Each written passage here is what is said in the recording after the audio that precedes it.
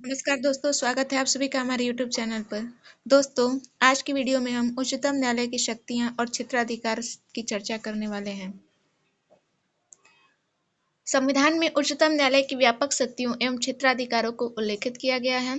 अमेरिकी उच्चतम न्यायालय की तरह भारतीय उच्चतम न्यायालय जो है न केवल संघीय है बल्कि ब्रिटिश हाउस ऑफ लॉर्ड्स जो ब्रिटेन का उच्च सदन है उसी की तरह अपील का अंतिम न्यायालय भी है।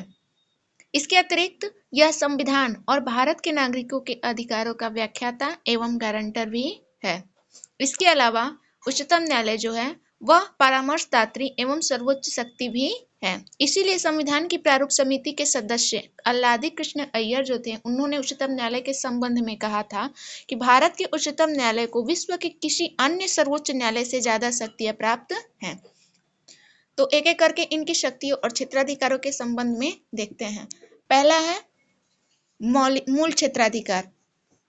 मूल क्षेत्राधिकार के अंतर्गत उच्चतम न्यायालय जो है तीन प्रकार के क्षेत्राधिकारों की बात करता है।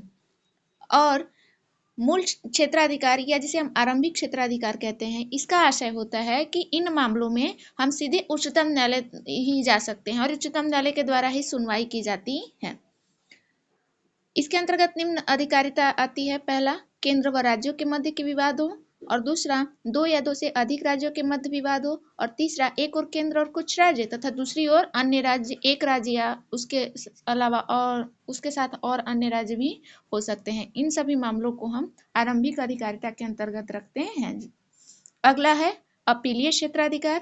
अपीलीय अधिकारिता से तात्पर्य उन मामलों से है जिनमें उच्च न्यायालय से उच्चतम न्यायालय में, उच्च न्यायालयों से उच्चतम न्यायालय में हम अपील करते हैं। इन मामलों में हम सीधे उच्चतम न्यायालय नहीं जा सकते हैं। अगला है सलाहकारी क्षेत्राधिकार। भारतीय संविधान के अनुच्छेद 143 में ऐसा वर्णित है कि राष्ट्रपति जो है किसी भी मामले में उच्चतम न्यायालय से सलाह ले सकते हैं। राष्ट्रपति उच्चतम न्यायालय के द्वारा दी गई सलाह को मानने के लिए बाध्य भी नहीं है। ठीक इसी तरह उच्चतम न्यायालय भी प्रत्येक मामले पर राष्ट्रपति को सलाह दे, यह भी जरूरी नहीं होता है, परंतु राष्ट्रपति कुछ मामलों में सलाह अवश्य रूप से लेते हैं उच्चतम न्यायालय से। यदि कोई मुद्दा सार्वजनिक महत्व का हो अथवा कोई संधि या समझौता हो जो संविधान के लागू होने से पूर्व किया गया हो, तो इन सभी मामलों में राष्ट्रपति जो है उच्चतम न्यायालय से सलाह अवश्य लेते हैं। अगला है अभिलेखीय न्यायालय। अभिलेखीय न्यायालय का तात्पर्य यह होता है कि इसके उच्चतम न्यायालय का जो निर्णय होगा वह उच्च न्यायालय व अन्य न्यायालयों के लिए साक्ष्य के रूप में प्रयुक्त किए जाते हैं, और उच्चतम न्यायालय अवमानना के मामले में दंड देने की भी शक्ति रखता है।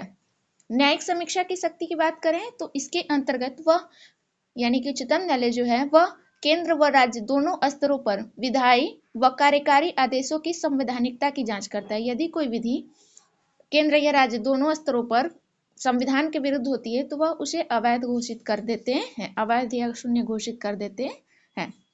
इसके अलावा उच्चतम न्यायालय की कुछ अन्य शक्तियां भी हैं, जैसे कि यदि राष्ट्रपति व उपराष्ट्रपति के निर्वाचन में किसी प्रकार का कोई विवाद हो जाता है तो वह उच्चतम न्यायालय में ही सुना जाता है।